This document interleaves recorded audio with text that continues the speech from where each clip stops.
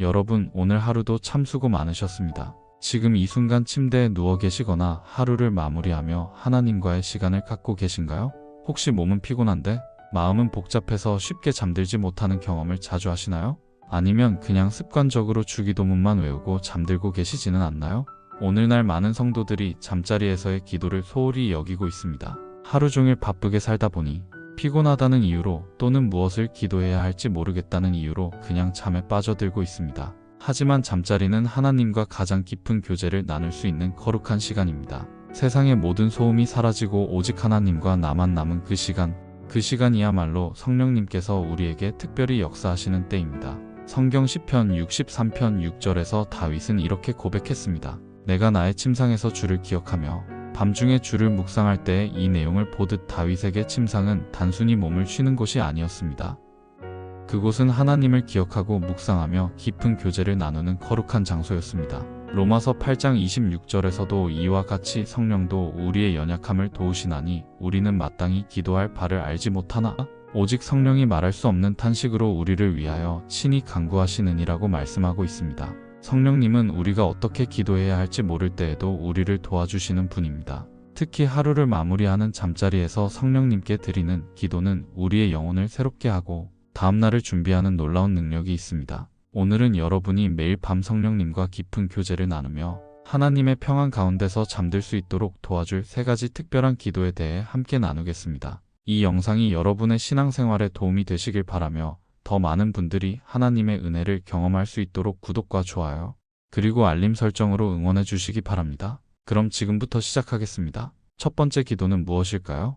바로 성령님께 마음을 열어드리는 기도입니다. 에베소서 5장 18절의 말씀입니다. 술 취하지 말라 이는 방탕한 것이니 오직 성령으로 충만함을 받으라. 이 말씀에서 바울은 성령 충만을 명령으로 말씀하고 있습니다. 헬라어 원문을 보면 현재 진행형으로 되어 있어서 계속해서 성령으로 충만함을 받으라는 의미입니다. 즉, 성령 충만은 한 번의 경험이 아니라 매일 새롭게 경험해야 하는 것입니다. 누가복음 11장 13절에서 예수님께서는 너희가 악할지라도 좋은 것을 자식에게 줄 알거든 하물며 너희 하늘 아버지께서 구하는 자에게 성령을 주시지 않겠느냐고 약속하셨습니다. 성령님을 간절히 구하는 자에게 하나님께서 반드시 성령을 부어주신다는 확실한 약속입니다. 요한복음 14장 26절에서는 보혜사 곧 아버지께서 내 이름으로 보내실 성령 그가 너희에게 모든 것을 가르치고 내가 너희에게 말한 모든 것을 생각나게 하리라고 말씀하셨습니다. 성령님은 우리의 선생님이시며 위로자이시며 도우시는 분입니다.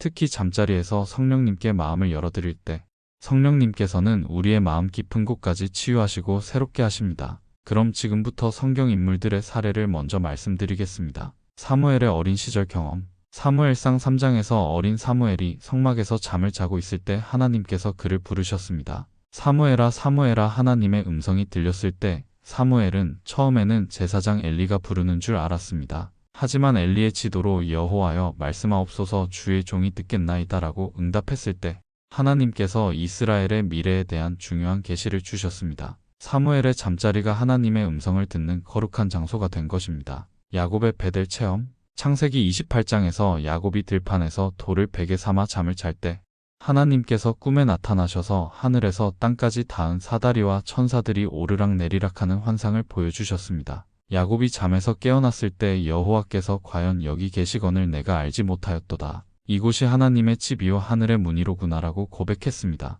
야곱의 잠자리가 하나님의 임재를 경험하는 하늘의 문이 된 것입니다. 바울과 실라의 감옥 기도. 사도행전 16장에서 바울과 실라가 빌립보 감옥에 갇혔을 때 한밤중에 하나님께 찬송하며 기도했습니다. 그들이 성령님께 마음을 열고 간절히 기도할 때 큰 지진이 일어나고 감옥 문이 열렸습니다. 더 놀라운 것은 간수와 그의 온 가족이 구원받는 역사가 일어났습니다. 절망적인 밤이 구원의 밤으로 바뀐 것입니다. 이제 간증 사례를 말씀드리겠습니다. 이번 사례는 저희 교회의 김 집사님의 성령 체험 사례입니다.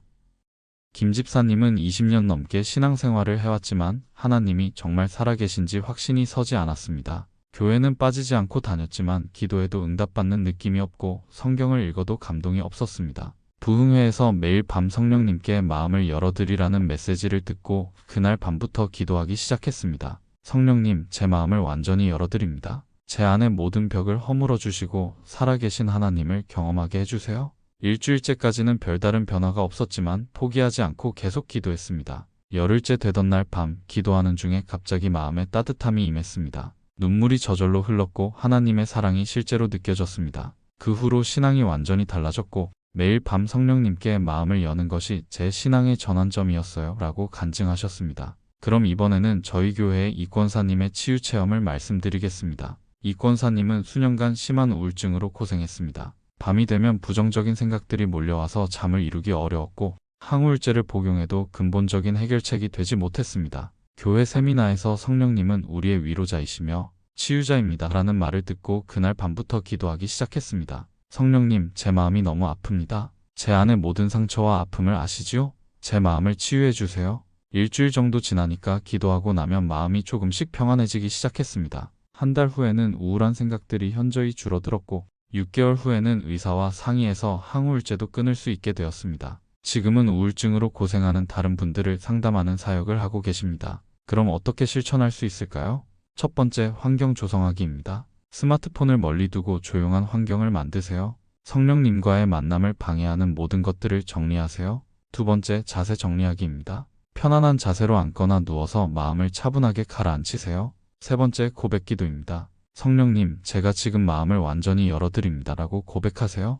네 번째, 방해물 제거 기도입니다. 제 안의 모든 벽과 방해물들을 허물어 주세요 라고 구하세요.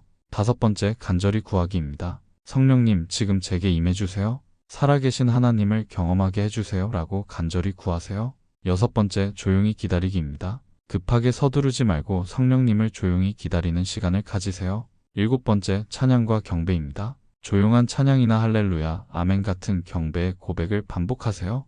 여덟 번째, 감사 표현입니다. 성령님께서 항상 함께 하심을 감사드리세요.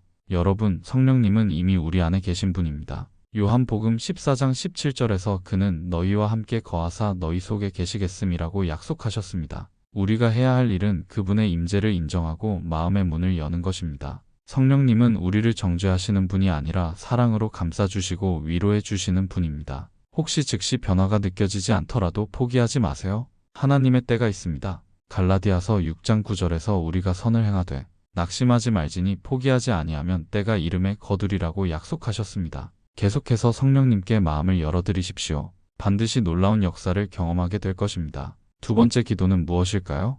성령님께 마음을 정결하게 해달라는 기도입니다. 시편 51편 10-12절의 말씀입니다. 하나님이여 내 속에 정한 마음을 창조하시고 내 안에 정직한 영을 새롭게 하소서. 나를 주 앞에서 쫓아내지 마시며 주의 성령을 내게서 거두지 마소서. 주의 구원의 즐거움을 내게 회복시켜 주시고 자원하는 심령을 주사 나를 붙드소서. 이는 다윗이 밧세바 사건 이후 나단 선지자의 책망을 받고 진심으로 회개하며 드린 기도입니다. 정한 마음을 창조하시고라는 표현에서 창조하다는 히브리어 바라는 하나님만이 하실 수 있는 무에서 유를 창조하는 행위를 의미합니다. 즉 우리 스스로는 마음을 정결하게 할 수 없고 오직 성령님만이 우리 마음을 새롭게 창조하실 수 있다는 뜻입니다. 요한일서 1장 9절에서는 만일 우리가 우리 죄를 자백하면 그는 미쁘시고 의로우사 우리 죄를 사하시며 우리를 모든 불의에서 깨끗하게 하실 것이요 라고 약속하셨습니다. 하나님은 우리가 진실하게 회개할 때 반드시 용서해 주시고 깨끗하게 하시는 분입니다.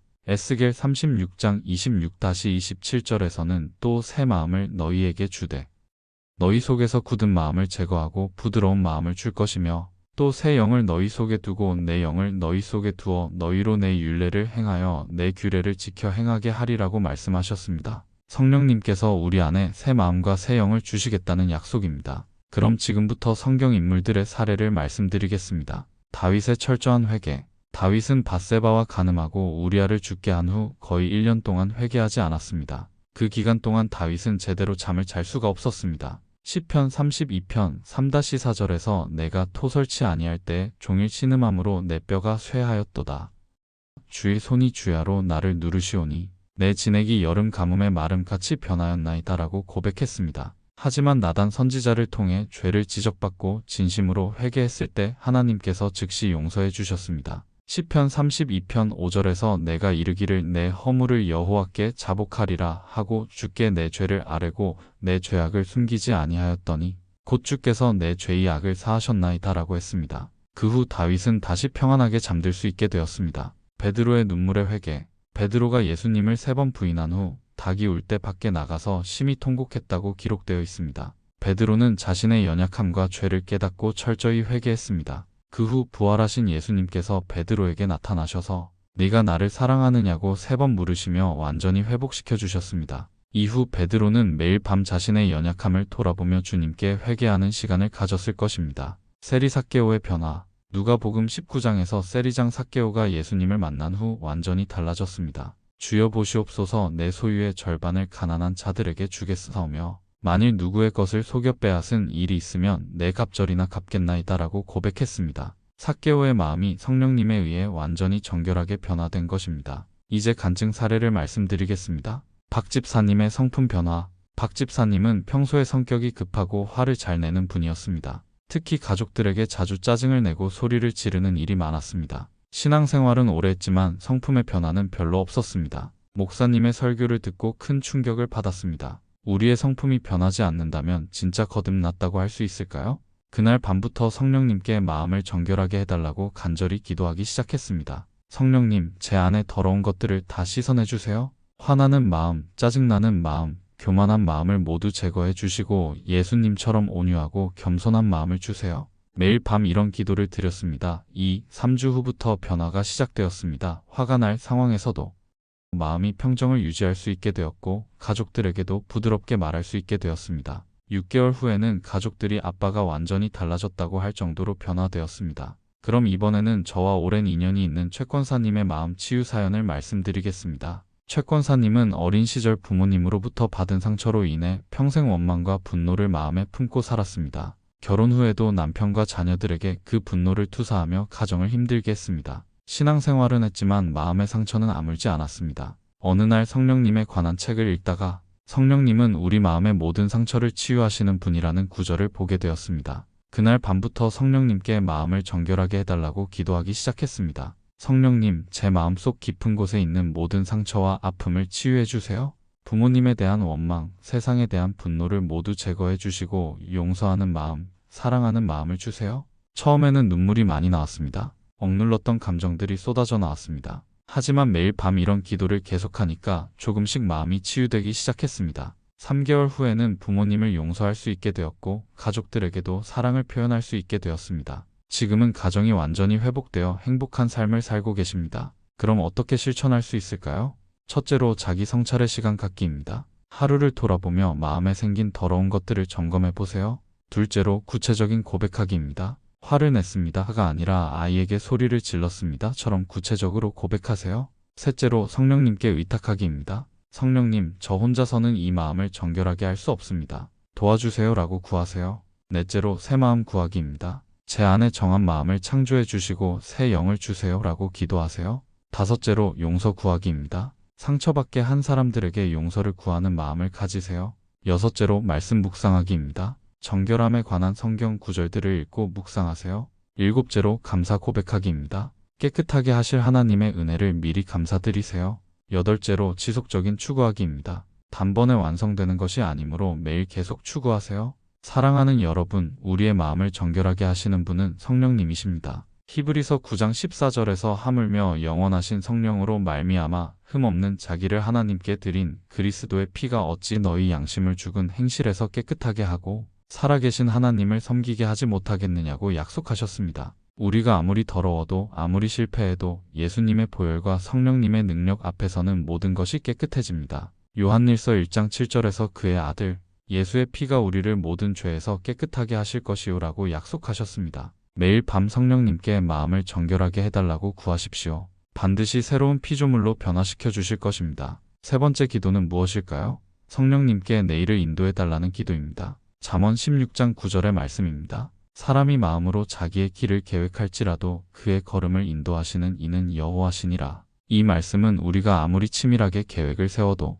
실제로 우리의 발걸음을 인도하시는 분은 하나님이라는 의미입니다. 히브리어 원문에서 인도하다는 단어 구는 확고히 세우다, 견고하게 하다는 뜻으로 하나님께서 우리의 길을 안전하고 확실하게 인도해 주신다는 의미입니다. 시편 143편 10절에서 다윗은 주는 나의 하나님이시니 나를 가르쳐 주의 뜻을 행하게 하소서. 주의 영이 선하시니 나를 공평한 땅에 인도하소서라고 기도했습니다. 다윗은 하나님의 영, 즉 성령님께서 자신을 올바른 길로 인도해 주시기를 간구했습니다. 또한 로마서 8장 14절에서는 무릇 하나님의 영으로 인도함을 받는 사람은 곧 하나님의 아들이라고 말씀하셨습니다. 성령님의 인도함을 받는 것은 하나님의 자녀의 특권이며 표징입니다. 그럼 지금부터 성경 인물들의 사례를 말씀드리겠습니다. 아브라함의 믿음의 여정. 창세기 12장에서 하나님께서 아브라함에게 내가 내게 보여줄 땅으로 가라고 명령하셨을 때 아브라함은 갈 바를 알지 못했지만 순종했습니다. 히브리서 11장 8절에서는 믿음으로 아브라함은 부르심을 받았을 때에 순종하여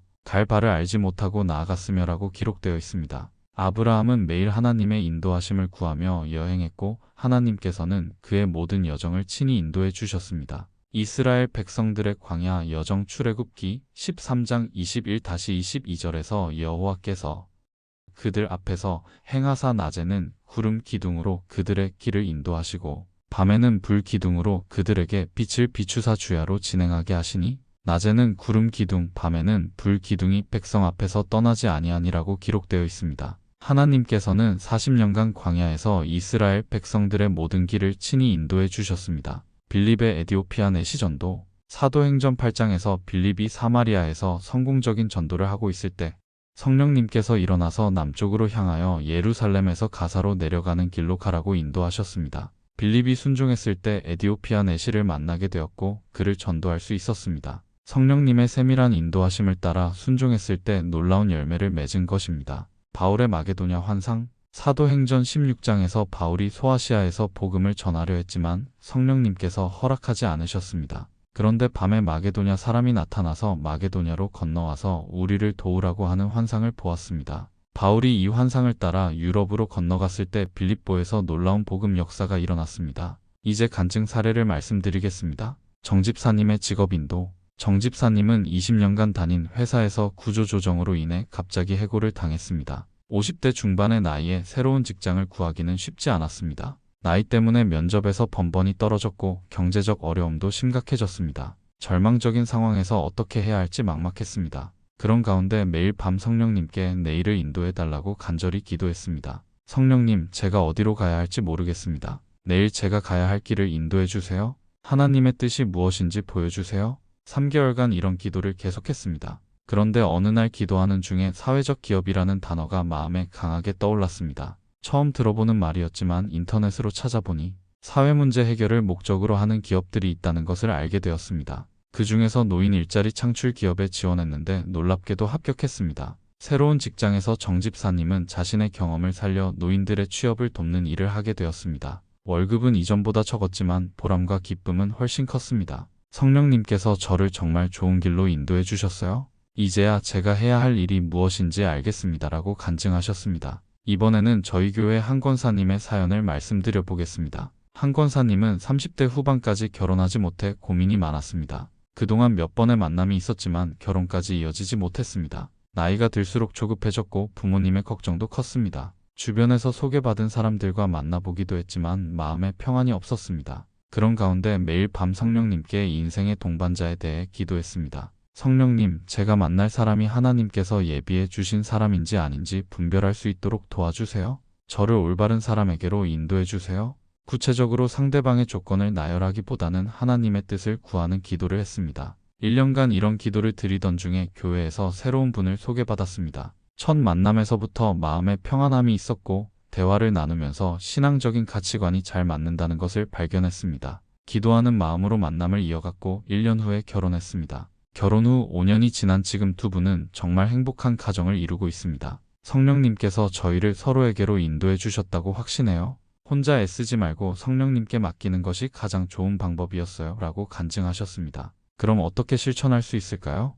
첫 번째, 구체적인 계획 나누기입니다. 내일의 구체적인 일정을 성령님께 말씀드리고 인도를 구하세요. 두 번째, 중요한 결정 맡기기입니다. 앞으로 내려야 할 중요한 결정들을 성령님께 맡겨드리세요. 세 번째, 만날 사람들을 위한 기도입니다. 내일 만날 사람들과의 만남이 하나님의 뜻 가운데 이루어지도록 기도하세요. 네 번째, 지혜와 분별력 구하기입니다. 성령님, 내일 지혜롭게 판단하고 분별할 수 있도록 도와주세요. 라고 구하세요. 다섯 번째, 순종의 마음 다짐하기입니다. 성령님께서 인도하시는 대로 순종하겠습니다. 라고 다짐하세요. 여섯 번째, 예상치 못한 상황 대비하기입니다. 예상치 못한 일이 생겨도 성령님을 의지하겠습니다라고 기도하세요. 7번째, 감사와 신뢰 표현하기입니다. 미리 성령님의 인도하심을 감사드리며 신뢰를 표현하세요. 8번째, 성경 말씀 의지하기입니다. 인도하심에 관한 성경 구절들을 읽고 의지하세요. 여러분, 성령님은 우리의 길을 인도하시는 완전한 안내자이십니다. 이사야 30장 21절에서 너희가 오른쪽으로나 왼쪽으로나 치우칠 때 뒤에서 말소리가 내 귀에 들려 이르기를 이것이 바른 길이니 너희는 이리로 가라 할 것이며라고 약속하셨습니다. 우리가 어떤 길을 가야 할지 모를 때도 성령님은 우리의 마음의 평안으로, 환경으로, 말씀으로 인도해 주십니다. 시편 32편 8절에서 내가 너의 갈 길을 가르쳐 보이고 너를 주목하여 훈계하리로다라고 약속하셨습니다. 매일 밤 성령님께 내일을 맡겨드리십시오. 반드시 가장 좋은 길로 인도해 주실 것입니다. 오늘 이렇게 3가지 기도 방법을 말씀드렸습니다. 사랑하는 여러분, 지금까지 잠들기 전 성령님께 반드시 드려야 하는 3가지 기도에 대해 함께 나누었습니다. 첫 번째는 성령님께 마음을 열어드리는 기도, 2번째는 성령님께 마음을 정결하게 해달라는 기도, 3번째는 성령님께 내일을 인도해달라는 기도였습니다. 이 3가지 기도를 꾸준히 드릴 때 여러분의 삶에 일어날 놀라운 변화들을 말씀드리겠습니다. 무엇보다 성령님과의 깊은 교제를 경험하게 됩니다. 성령님이 단순히 교리적 개념이 아니라 살아계셔서 우리와 개인적인 관계를 맺으시는 분이라는 것을 실제로 경험하게 됩니다. 기도가 일방적인 독백이 아니라 성령님과의 대화가 되며 하나님의 임재를 실제로 느낄 수 있게 됩니다. 둘째로 마음의 평안과 안정을 경험합니다. 하루 종일 쌓인 스트레스와 근심, 걱정들이 성령님께 맡겨지면서 마음이 평안해집니다. 빌립보서 4장 7절의 약속처럼 모든 지각에 뛰어난 하나님의 평강이 그리스도 예수 안에서 여러분의 마음과 생각을 지키실 것입니다. 셋째로 성품의 변화를 경험합니다. 매일 밤 성령님께 마음을 정결하게 해달라고 구할 때 성령님께서 우리의 성품을 예수님의 성품으로 변화시켜 주십니다. 갈라디아서 5장 22-23절의 성령의 열매가 우리 삶에 나타나기 시작합니다. 넷째로 지혜로운 삶을 살게 됩니다. 매일 밤 성령님께 인도를 구할 때 실제로 중요한 순간마다 올바른 판단을 할 수 있는 지혜가 주어집니다. 직장에서의 중요한 결정, 가정에서의 문제 해결, 인간관계에서의 갈등 상황 등에서 성령님의 지혜로 승리할 수 있게 됩니다. 다섯째로 기도 응답을 많이 경험하게 됩니다. 성령님과 깊은 교제를 나누다 보면 하나님의 마음을 알게 되고 하나님의 뜻에 맞는 기도를 드리게 됩니다. 요한일서 5장 14절에서 그를 향하여 우리가 가진 바 담대함이 이것이니 그의 뜻대로 무엇을 구하면 들으심이라고 약속하신 대로 하나님의 뜻에 맞는 기도는 반드시 응답됩니다. 여섯째로 전도와 선교에 대한 열정이 생깁니다. 성령님의 임재를 경험하고 변화된 삶을 살게 되면 자연스럽게 다른 사람들에게도 이 복음을 전하고 싶은 마음이 생깁니다. 사도행전 1장 8절에서 오직 성령이 너희에게 임하시면 너희가 권능을 받고 땅 끝까지 이르러 내 증인이 되리라고 약속하신 대로 성령 충만한 삶은 자연스럽게 전도의 삶으로 이어집니다. 일곱째로 가족관계와 인간관계가 회복됩니다. 성령님의 사랑이 우리 마음에 부어지면 다른 사람들을 이해하고 용서하며 사랑할 수 있는 능력이 생깁니다. 가정의 평화가 임하고 직장에서도 좋은 관계를 유지할 수 있게 됩니다. 여러분, 이 3가지 기도는 복잡하지 않습니다. 각각 3에서 5분 정도로 총 15분 정도면 충분합니다. 아무리 피곤한 밤이라도 성령님과 함께하는 이 소중한 시간을 포기하지 마십시오. 처음에는 어색하고 형식적일 수 있습니다. 성령님의 임재를 즉시 느끼지 못할 수도 있습니다. 하지만 포기하지 말고 계속해 보십시오. 하나님은 우리의 기도 실력을 보시는 것이 아니라 우리의 진실한 마음을 보십니다. 로마서 8장 26절에서 약속하신 것처럼 성령도 우리의 연약함을 도우시나니 성령이 말할 수 없는 탄식으로 우리를 위하여 친히 간구하시느니라. 성령님께서 우리의 기도를 도와주십니다. 오늘 밤부터 이 3가지 기도를 시작해 보십시오. 한 달 후 여러분의 신앙생활과 일상생활이 얼마나 달라졌는지 스스로 놀라게 될 것입니다. 성령님과의 친밀한 교제를 통해 참된 그리스도인의 삶을 살아가시기 바랍니다. 에베소서 3장 16절의 축복으로 마무리하겠습니다. 그의 영광의 풍성함을 따라 그의 성령으로 말미암아 너희 속사람을 능력으로 강건하게 하시오며 성령님의 능력으로 여러분의 속사람이 날마다 강건해지시기를 축복합니다. 매일 밤 성령님과의 깊은 교제를 통해 하나님의 사랑을 충만히 경험하시고 매일 아침 성령님의 새로운 은혜와 능력으로 승리하는 하루를 시작하시기를 기도합니다. 오늘도 끝까지 함께 해주셔서 진심으로 감사드립니다. 이 영상이 여러분의 신앙생활에 도움이 되셨다면 구독과 좋아요로 응원해 주시고 댓글로 여러분의 기도 제목이나 성령님과의 특별한 경험들도 나누어 주세요. 함께 기도하고 은혜를 나누겠습니다. 알림 설정도 눌러주시면 앞으로도 더 많은 하나님의 말씀을 함께 나눌 수 있습니다. 하나님의 사랑과 성령님의 은혜, 그리고 예수 그리스도의 평강이 여러분과 여러분의 가정에 넘치도록 충만하시기를 간절히 축복합니다. 성령님의 이름으로 기도드립니다. 아멘.